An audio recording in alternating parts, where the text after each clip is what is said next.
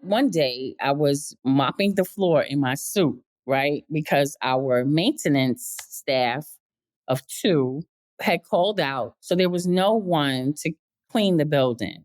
And I was upstairs because we had two floors, and I was upstairs in heels and suit with the big mop, that big industrial mop and bucket, mopping the floor. And the parent, she got off the elevator because we had, parents could use up. She said, "Aren't you the assistant principal?"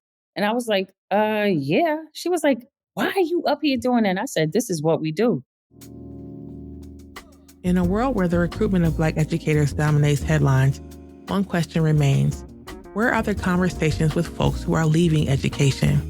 Introducing The Exit Interview, a podcast dedicated to archiving the untold stories of Black folks who have departed from traditional education spaces. I'm Dr. Asia Lyons, and I'm embarking on a mission alongside my esteemed guests. Together, we shed light on the challenges, triumphs, and experiences of Black educators, aiming to inform and empower communities invested in understanding the crucial issue of retention in education. Welcome to The Exit Interview, a podcast for Black educators. Welcome back to The Exit Interview, a podcast for Black educators with your host, me, Dr. Asia. So glad to be back on the podcast. Folks, we're on episode 50-something, and it feels surreal because I was just taking a look at my LinkedIn and thinking, I just feel like we just started this podcast and we're down the road almost 5 years, and it's going to be at 5 years in January. And what a ride it's been. I think by the time you listen to this podcast, I've announced it already that we'll be recording live at South by Southwest EDU in March. We'll be doing a live recording with a special guest, and I won't share who that is right now, but listen to that information later. But so excited for that to happen for us. But we're not talking about South by Southwest EDU today. We're talking about Dr. LaShaune Stitt. Dr. LaShaune, how are you today? I'm here. I'm good.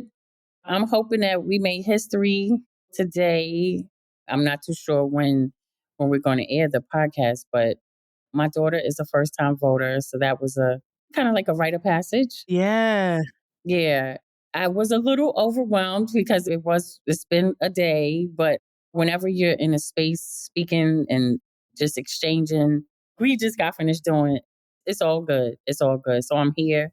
I'm ready to share whatever message comes through me, because sometimes, I can have a plan and then the divine spirit speaks to me and says, no, you got to say this. Yeah. So I'm ready. I'm ready. And it is election day today, folks, and I got everything crossed. Anybody but Trump 2024, okay? That's it. We will not go back, okay? We cannot go back. No. Yeah, and so you and I kind of met on LinkedIn, the place where I live, and you're like, hey, I'm interested in learning about the show, and we had a chance to chat and find out we have so much in common talking about the journey, and you'll have lots to share with us about the ways that you came into education. We're going to just jump right into it. Tell us about your journey into education. How did it all start for you? Well, I'm going to be very honest. I was the little girl who used to set my dolls and stuffed animals up, and I was the teacher. Then I was blessed to have a mother who was an educator as well. So that has been, I guess you could say, embedded in me indirectly, because my mother didn't want me to become a teacher. We happened to teach in the same school for a period of time. And Oh, wow. I was the English teacher. She was the math teacher. And so that was my, I guess you could say, the guiding force for me going into education. Then I got deep in. I didn't realize, I was just thinking, oh yeah, I'm going to be an educator and I'm going to have my summers off, that thing. But I knew with my mother, she was always summers in, after school, feeding this one, buying coats for this one, that kind of thing. And so that was the norm. And I started teaching as soon as I graduated. I was a late graduate. I'll say that. I was already a single mother. And so I needed to be a little more stable because I had a young person to take care of. So I started teaching in Harlem. I'll always rep Harlem World.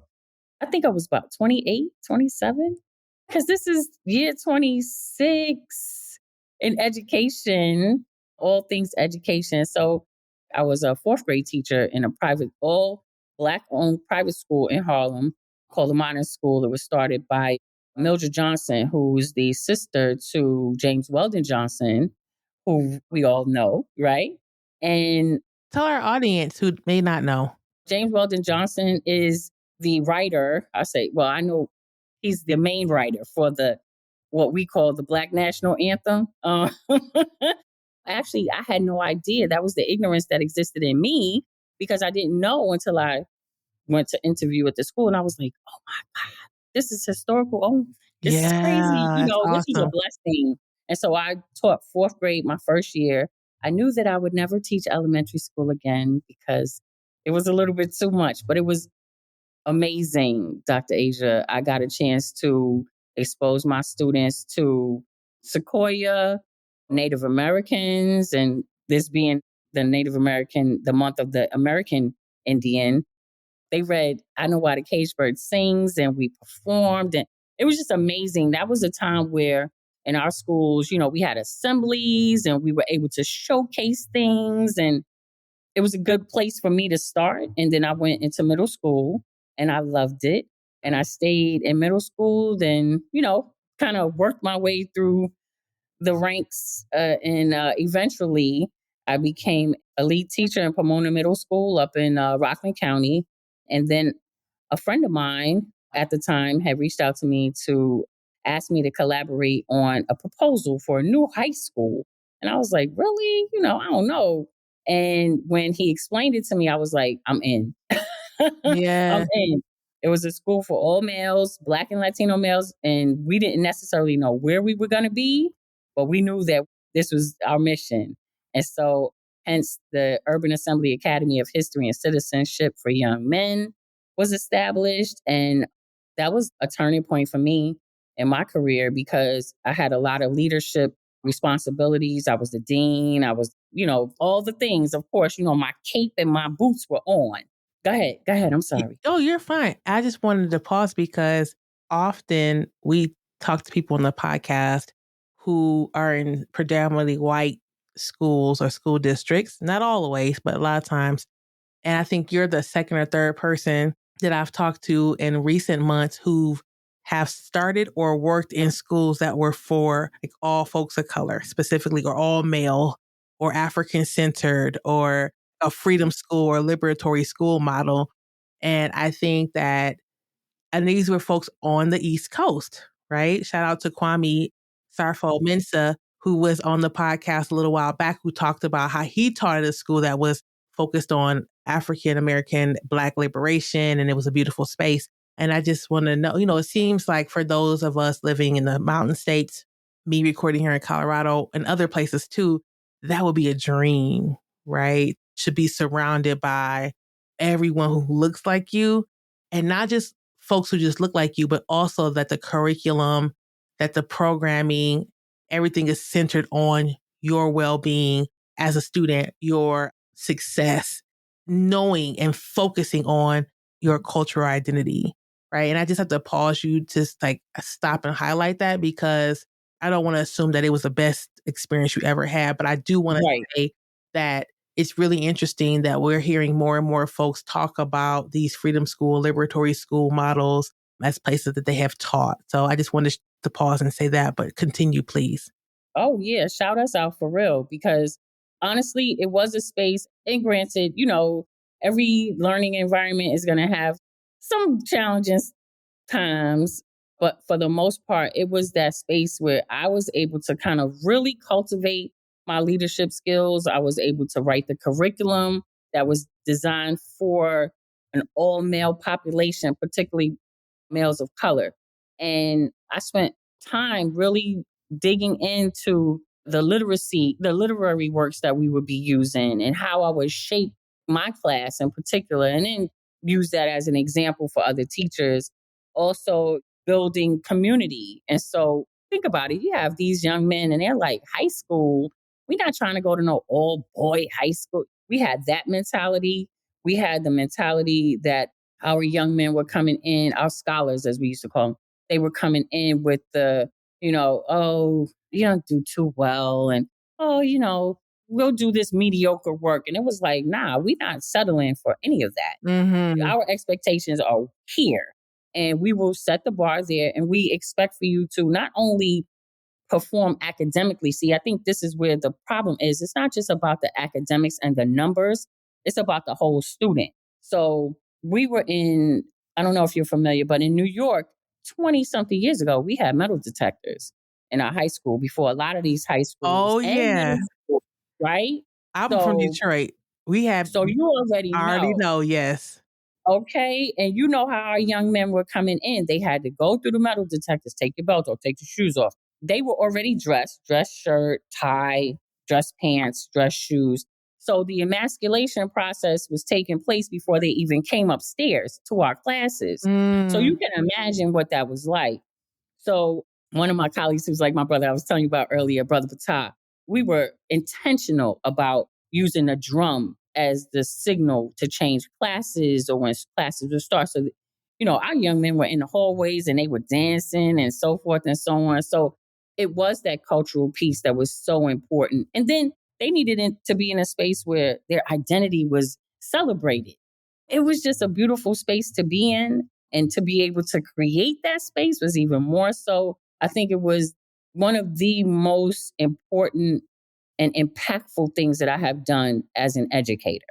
And then remember, I had a son. So I was a single mom. So, my son was in the school as well. So it was extremely important for that space to be what we needed it to be for them. Oh, yeah. I wanna know, because 'cause you're talking about the student experience. I'm sorry. And I was supposed to be talking about me and how Oh, I got no, started. this is beautiful. I just wanna ask then this, and I think people wanna know what it's like. They wanna know the experience probably because there probably are folks in the audience who are saying, "Oh, that school's opening down the street from me," or "I thought about sending my child to that type of school," and you're helping them to make that decision. So definitely 100%, that's beautiful. I'm glad you talked about it. I wanna know, what was the experience like, or how did the faculty and staff, Yeah. like, what was that like for you all to be coming from all over? Some folks at predominantly white schools, some people in all kinds of different settings. What was that like for you all to be building a school and to be coming together as your own community of adults? I will say this with all intentions that we had, we were intentional about our staff and having our staff look like the students that they would be standing in front of and greeting every single day. So even though it was an all male population, of course, I was there. We had advisory. So all of our faculty were either Black or Latino males or from our community. That was in the beginning. I'll say that part. That was the beginning. Mm, And as you know, the system will cause you to change things, cause things to shift a little bit. And so the landscape of the faculty changed. And so therefore, our mission and vision shifted and our focus mm. shifted. And it didn't turn out to be the way that it started to be. I'll say that much. But in the beginning, yes, we were very intentional. We had a math teacher who was from Egypt.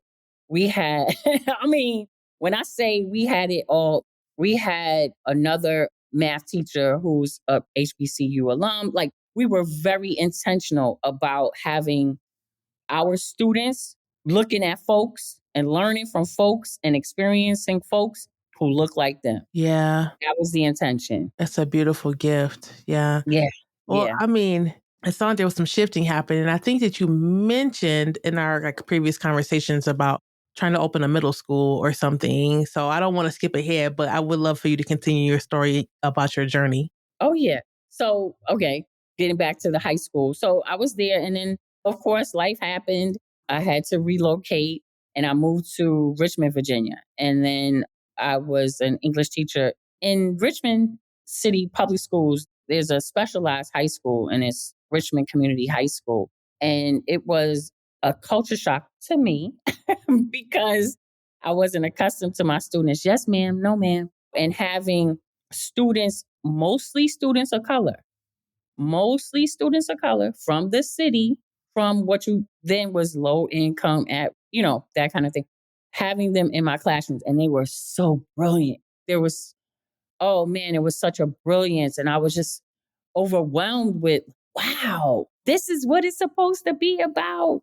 But then again, Dr. Asia, I got to tell you, I mean, somebody will probably say, she doesn't listen to what. No, I don't go with the status quo. So then when the changing of the guards happened again, I was like, nah, it's not what it was supposed to be. And so I left and I was asked again, divine source was in my life.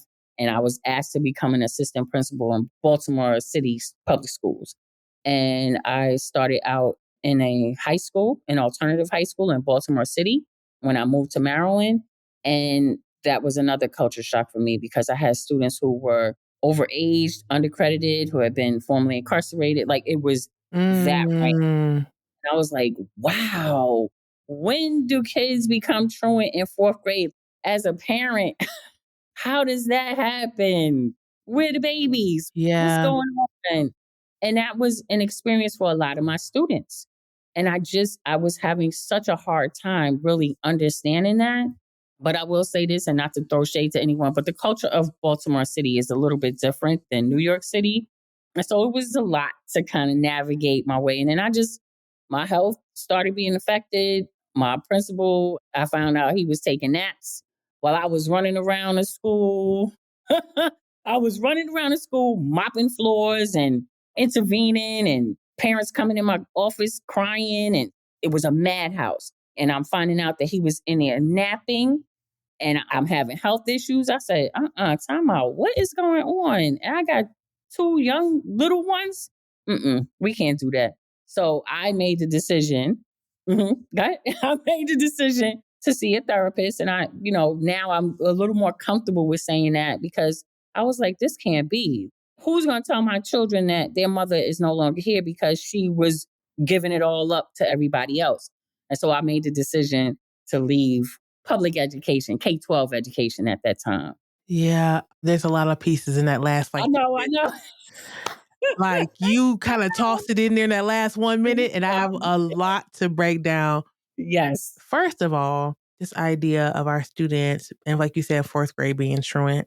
And at this point, we know something's happening in the family, right? Because a fourth grader, especially if they have to be transported, there's something happening, right? And that's really hard, I think, for folks of all races to know that students aren't getting the education because part of it is they can't get there or they're not getting there on time or they're leaving early. The next thing, but I really want to talk about Come on. is you talked about two things. One, you felt your health was declining at the same time that your principal was in his office taking naps. I want to talk about the health part if you're okay with that. Yes, yes. Because I feel like some folks will, when we talk about racial battle fatigue or the fatigue of teaching and education, and when I say racial battle fatigue, the education system has been built in white supremacy culture. So even if your boss, your manager is a Black person, they can still uphold white supremacy There you in go. their work. So I need to be very mindful to make sure to say that. But Mm-hmm.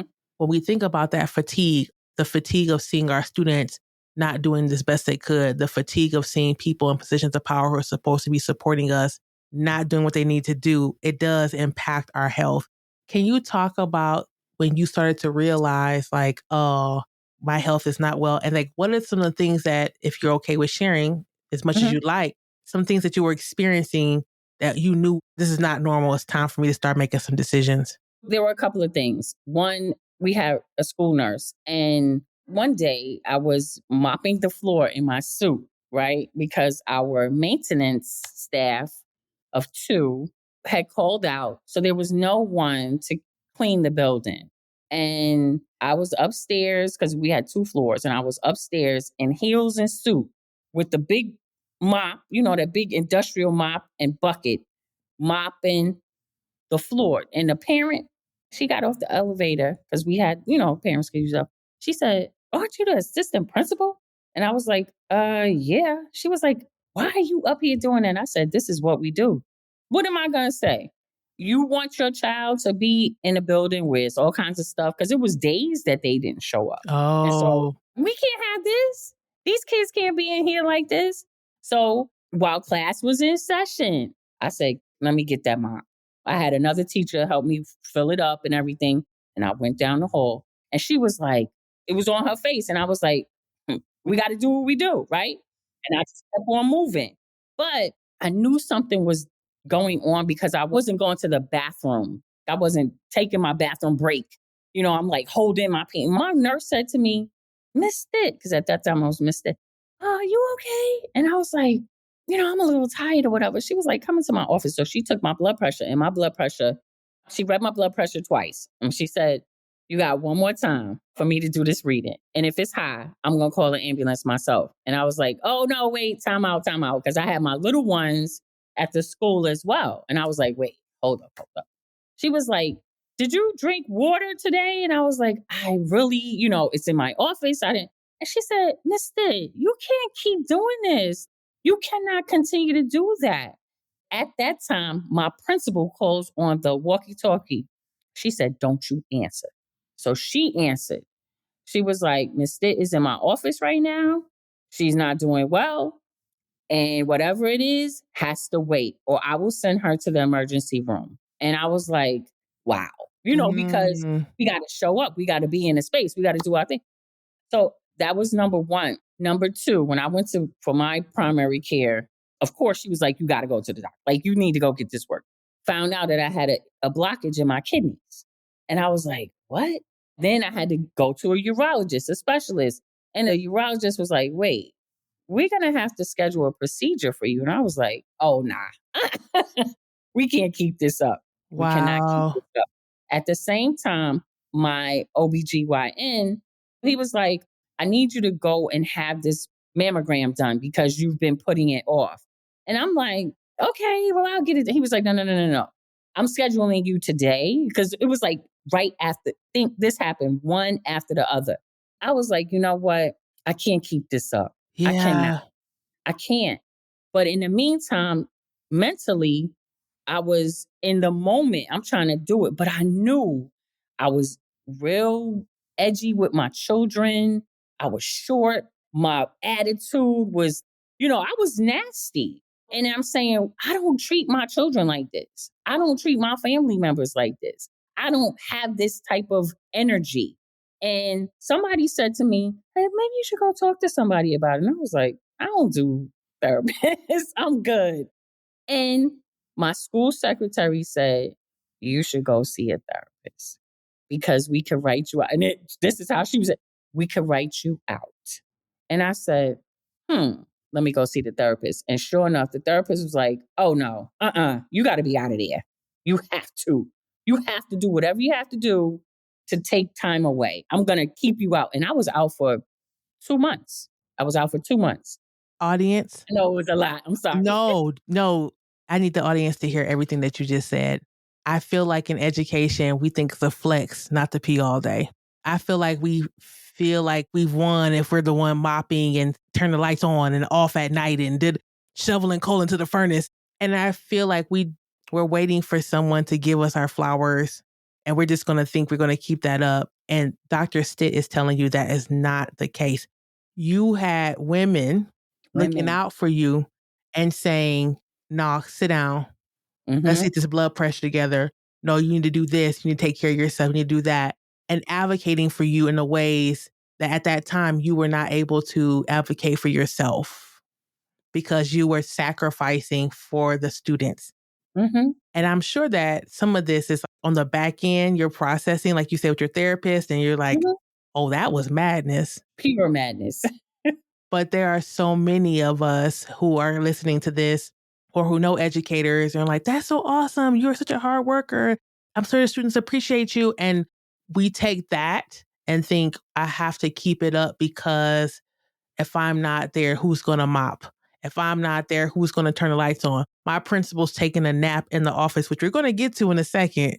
Please no, because I know the audience wants to know and I want to know. Yes. And so if he's not showing up or she's not showing up, I have to be the superhero, right? And it's always to our detriment first. And then it's always to the community's detriment. Our children suffer. Our community outside of the workplace suffers, right? And so I need the audience to hear what we're saying because we can sometimes visualize that people are telling their stories in these like all white schools and it's always racism at the hand of some white educator or these things, and not always. Not always. Not always. Right. And I am one, shout out to Stacey Brandon. I know she's listening to this episode. I am one who had someone tell me, girl, it's time to go. Right. Because I was in the same kind of space of just trying to hold on because the kids need me. But my family suffered and my community suffered when I was in that last year of teaching. Now, let's get to this principle. We want to know. We gonna pump. This is Cheese May, folks. Tell me, we want to know how you found this out that he was sleeping in his office. And then was there ever a time where you spoke to him about this? What was that relationship like? Because sounded like he brought you over to the school and then you end up being the principal. Sounds like the real principal. Right. So tell us about that, please. We'd love to know more. So to give you a little bit of context, my principal, who I was just talking about, was a teacher that I hired when we opened the all-male high school. So that was the way we were connected. When he got his opportunity to become the principal at the school in Baltimore City, he reached out to me. So I was like, okay, that should be good. We worked well together previously, so this should be good. Well, the way that I found out, I'm going to fast forward, but the way that I found out about him napping was through our school secretary, because she would drop books. She would bang the file cabinet. She would do all kinds of things. At first, she was like, why is it so quiet in his office? And then she said she peeked in and he was head down on the desk. I said, I know you lying. Now, while I'm sitting up in here I got a parent here, a teacher here, I know this is not happening. And she said, it is. And so every time it happened, she would bang and drum. Another woman. Yes, another woman. I love, Miss Collins. I'll say her name. All right, Miss Collins, we shout you out. We shout you out. Oh my God. And she loved on my children because there would be days that I would be there nights, evenings, 6:00. I hadn't been able to take my kids home to make dinner. And I had parents, Miss Michelle, her out too, who would look out for my babies and say, Miss, did you want me to get them some pizza, or you want to go to Chicken Run or something like that? This was the community that rallied around me and my children. But they were also the ones who were like, you can't keep doing this. Your kids need you. And I was like, oh no, again, the savior with my cape and my boots. And I'm like, no, but the school. And then I can't specifically say who it was because it came from different places, but everyone was saying, like, you can't keep this up. You cannot keep it up. Yeah. And then when it came time for me to have that procedure on my kidneys, I was like, yeah, nah, I can't keep doing this. But it was the women that saved me. Yeah. You said you were out for 2 months. Did you go back to work? Oh, I was getting ready to tell you that. Okay, so this is what happened. So when my time was up and I maxed out, because I even got another 2 weeks after that, I had an anxiety attack. I never knew what that was. But when my therapist said, okay, so I got your paperwork, you can come pick it up. I have a prescription for you. I'm not a fan. I'll tell anyone, I'm not a fan of medication. And she said, I have this. I was getting ready to call my school secretary to let her know. And I was paralyzed. My heart was beating fast. And I'm like, what the hell is going on? Like, I didn't understand it because I never experienced that before. And thankfully, it was on a Friday. And I'm like, asking one of my girlfriends, you ever experienced that? Like, what is that? And I'm, of course, I'm WebMDing myself. What is all of this? I was scared to go to the doctor because I really didn't want the doctor to tell me, oh, you got a heart problem or whatever the case may be. And I know we do that too. We do. I don't want to take that. I don't want to accept that. And something came up about anxiety. I was like, anxiety? What the hell is that? But sure enough, I had a full-fledged anxiety attack.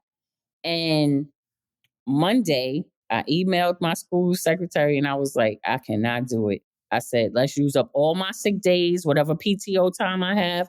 And I went out for the rest of the year. I could not do it. And my principal called me. He was like, you're not coming back. I was like, look, my health is at risk. My children are not getting all of me. I can't do it. So I have the time and I'm going to use my time. And then he, of course, he was mad. Oh, well, how you gonna do that? It is what it is, because at 3:50, he was walking out the door with his keys in hand, no children, nothing. And he was walking out the door. Okay, Stitt, see you later. And I'm there trying to catch up on the work that I didn't get a chance to catch up because early I'm handling Because you discipline. Mr. Clean, mopping, Hello, Pine-Sol, Fabuloso. all the things. Yeah. And that was my breaking point. That was the point. I can't do this anymore. And don't get me wrong, and I'm going to say this, and I don't want anyone to be offended, but this is a revelation that I came to on my own. The Black males that I had that was my supervisor, or however you, my principal or whatever, they showed me I can't trust you. And honestly, I love my Black men, but the positions that I was put in and the way that I had to sacrifice my health, my children's livelihood, it wasn't worth it. I've been tarnished by that. Granted, I have grown a lot since then. I have evolved, but I will never allow myself to be in a position where I will put my health and my mental well being on hold or in jeopardy for anyone. Yeah. Anyone. And granted, Yeah. I walked away from some money, because we talked about that earlier. I had a good paycheck, right? Couple of good paychecks, but it was not worth it. And when I say the universe was moving in my favor, when I stopped and I said I wasn't coming back and I was going to use my sick time, I had an opportunity to start my program, Women of the World. And I got a grant from Loyola here in Maryland.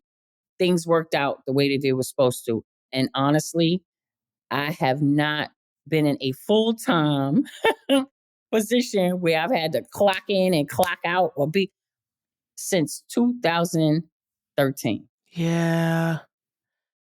It's been rough. Don't get me wrong. There have been, the roller coaster ride. But to be able to go to my kids and read to their classes, I could go on field trips. I could see my children grow, who are now 19 and almost 18. I was able to pause and step away from an environment that was toxic for me and my body. And I can see my children now. And I was able to homeschool too. I homeschooled for 2 years. Yeah. Dr. LaShaune, this reminds me so much of, we had a woman named Rhonda come on a while back, and people had said to her, because I'm just thinking about what your principal said, what about your work? What about the community? What about, the school district? And she said, what about my family? Yep. My children need to see me well. My children need to see me whole. This is for some people, going to cause them to sit and think very deeply about a lot of things that you've mentioned, the intersectionality of Black men in education, what it means for Black women and women of color to support each other and to look out for each other, advocating for our health, people demanding that we advocate for our health when we don't want to find out what's going on with us. There's a lot of pieces in this, and I'm so glad you came on the show.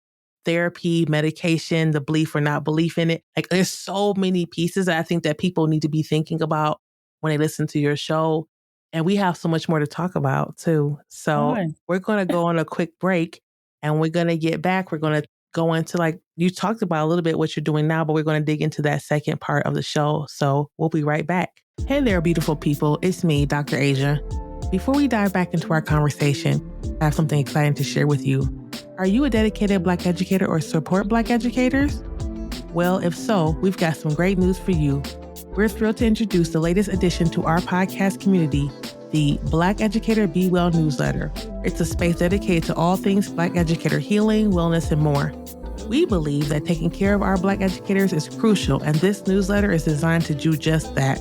Picture this: exclusive insights into self-care practices tailored for Black educators, inspiring stories from fellow teachers who've overcome challenges, and tips for creating a positive and supportive environment at work and at home. Subscribers will get early access to our upcoming podcast episodes, special interviews with guests, and even some surprise giveaways. How do you become a part of this amazing community? It's easy. Go to exitainterviewpodcast.com or check out the link in this episode's show notes. Now let's get back to the conversation. All right, so we're back. And If you're somehow catching this in the middle, I need you to go back to the beginning and listen to it with a notebook. Don't come with a notebook that's already written in. I need you to get a fresh notebook and a pen and sit down and do some journaling and some thinking because you bring in all the wisdom today. And I really appreciate that. So, yeah, of course, you already started to shout some folks out, but I'm going to ask the question anyway. Are there Black folks in education that you like to shout out? I do. Oh my goodness. You get me on the spot, right? I will shout out my brother Kamal Patah because he has been a constant, never wavering in his friendship, never wavering in his support for me. Of course, I shouted out Miss Collins. She's retired now, but I love her and she loved on my children. And when you have people that love on your children and they're good to you, you know you're divinely blessed, right? Yeah.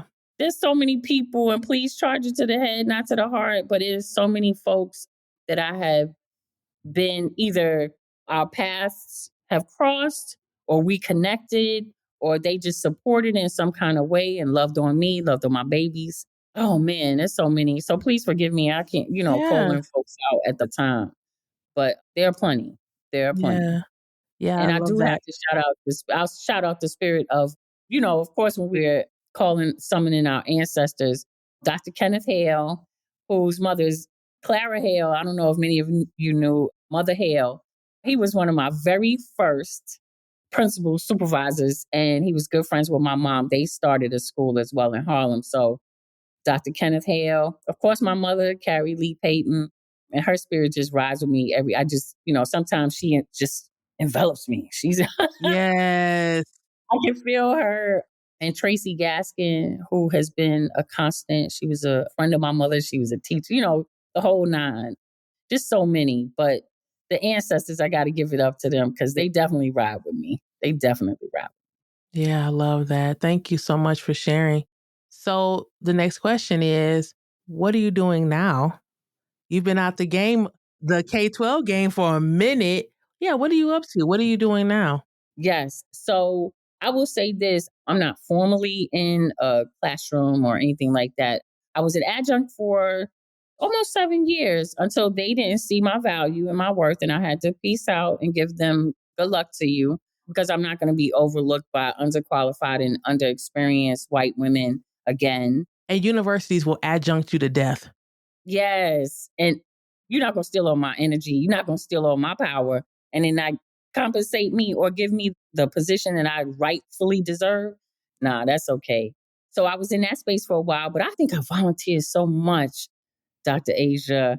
My youngest is still in high school. He's in his senior year, and I have been riding with PTAs and parent groups and advisory councils and all kinds of things to this day. So I do offer my services. I was a reading volunteer for the little ones. And now as far as what I do, as far as education is concerned, right now I am contracted with New York City Department of Education as a consultant for their Education Pathways program and their Grow Your Own model. So schools that have identified themselves as an education pathway school, I offer trainings to their teachers. I've had my very first conference, PDK conference in Educators Rising this past July. So that was interesting. I met, wow, students from all over the country who want to be educators. And it was, Mm. it was so, it was like my heart was so full to see these young people. They were just energized. They knew their mission. And I pray that they are able to fulfill their mission because we know this field is challenging, honey. That's why we have a It takes, podcast. okay, it takes a very strong personality and strong consonance actually to be able to do that. It's not about just, okay, we have summers off and holidays. Like in the beginning, I was joking about that, but it's not, it's more to it than that. You're all in. And I think young people have an energy. A lot of them are focused and they do have that energy that they're ready to take on this responsibility. So besides doing that, I started another organization. I'm always starting something. That sounds good to But me. right, educate the world. which was really geared towards, I started it during COVID and it was really going to be just a virtual thing. And it expanded to include parents and teachers and community stakeholders and scholars to offer resources and just a place where learning about culturally responsive teaching and learning and what kind of literary works do you choose in your class, like whatever. But then I expanded. So I provided financial literacy to families, heart health, because I'll say this, my mom, she did have heart issues, and that's an area that's very dear to me. So I had a parent posse chat, because that's what I call it, parent posse chat on heart health and, just different topics in the community and how to engage the community. I've done a lot. It's like, it's a pot of gumbo. A lot of people Yeah. ask, that's really what it is. My career or whatever path that I'm on is a pot of gumbo. And, every once in a while, I got to stir it up a little bit and do something different. I'm very proud to be a board member of Black owned and operated organization that is geared towards promoting food sovereignty and agricultural awareness and farming and so forth and so on to Black communities, most specifically to Black communities, particularly those in rural areas in Maryland. Yeah, I'm trying to think what else. So much That's a stuff. lot. That's a list. And I love that, a lot of people come on and they talk about just the career parts, which is totally fine. And you're saying there's lots to do. There's lots to do. There's advisory groups. There's hanging out with your children. There's also just standing around, looking outside the window and minding your Right. business Minding your and being business. still, right? Yes. Yeah. We're not still enough. That's the thing. And I'm learning that also. It's Yeah. still a work in progress, I'm sure, for many. And I didn't mean to cut you off, No, but you're fine. we have to learn how to sit still sometimes and just be and just be. And Yeah. again, it's a work in progress for somebody a young lady I know, she used to call me Busy Bee. It's like, I don't want to be considered to be busy. It's not busy, but I guess that's what it looked like to other people. But I was engaged and involved in a number of things. Yeah. Yeah, I love that. So I'm going to ask you one last question. And Come on. this morning, I was having a conversation with someone who's going to be in a podcast down the line. And this came to me to ask this question. Normally, I ask the question, what's bringing you joy these days? But I'm going to change that. And the question I'm going to start asking from you to be the first one from now on is, for you, what does it mean to be well? This is the message that I have to give to you.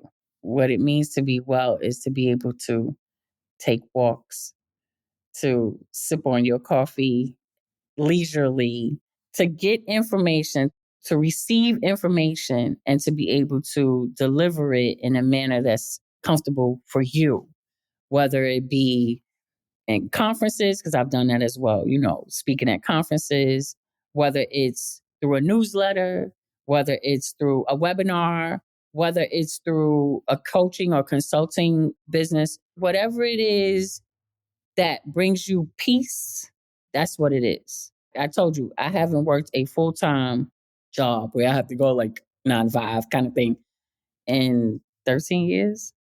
And sometimes it's rough. Some months are rough. I'm not going to lie.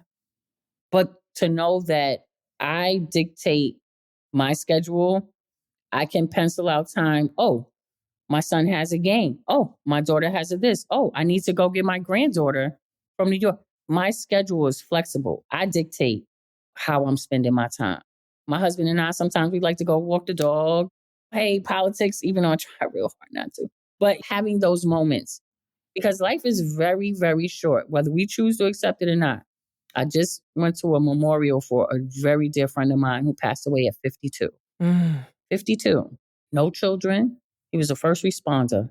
And it leveled me and reminded me life is extremely short. You got to love on those people that love on you. You got to take care of yourself. If it's a cup of tea, cup of coffee, and I say in one of my talks, sage or sativa, whatever works for you to bring you peace, Yeah. Ooh, sage whatever or it is. sativa. And Okay, Colorado folks know what that is. They already you know. already But know. yeah. That's what it is. We're spiritual beings having a human experience. And this is a beautiful experience if we allow ourselves to fully engage And that's what I've learned. That's what makes me smile. That's what, brings me Yeah. joy. That's well-being. Yeah. That's my well-being. And I don't have it. I'm going to say this. This is the disclaimer. I don't have it together every single day. Some days I have to check myself. And some days we go on overdrive. We do. But like you, Dr. Asia, you have some flexibility. You could work when you need to. You put in and you could pull back if you need to. But if that's what brings you peace in your household and your husband's like, okay, I can deal with her today. You know what I mean? Mm-hmm. You can't put a price tag on that. My 2 cents. I'll take it. That was giving a strong 20 cents. All right. Don't play yourself short. Don't play myself short, right? Don't play Thank yourself you, short. Thank you. Dr. LaShaune, thank you so much for coming on the podcast. This has been a fantastic conversation. We appreciate you. Appreciate you. Yeah, folks, you need to be finding Dr. LaShaune on LinkedIn, connecting with her, taking those notes, like I said, thinking about your own journey in education or whatever field you're thinking about. If you're a person, administrator in education, and you are supporting Black educators, think about this. Think about what you need to be doing to remove some of that invisible labor from folks who are already experiencing more than you could ever know. And we're going to leave it like that. And you all will see you next time. Have a great day. Peace.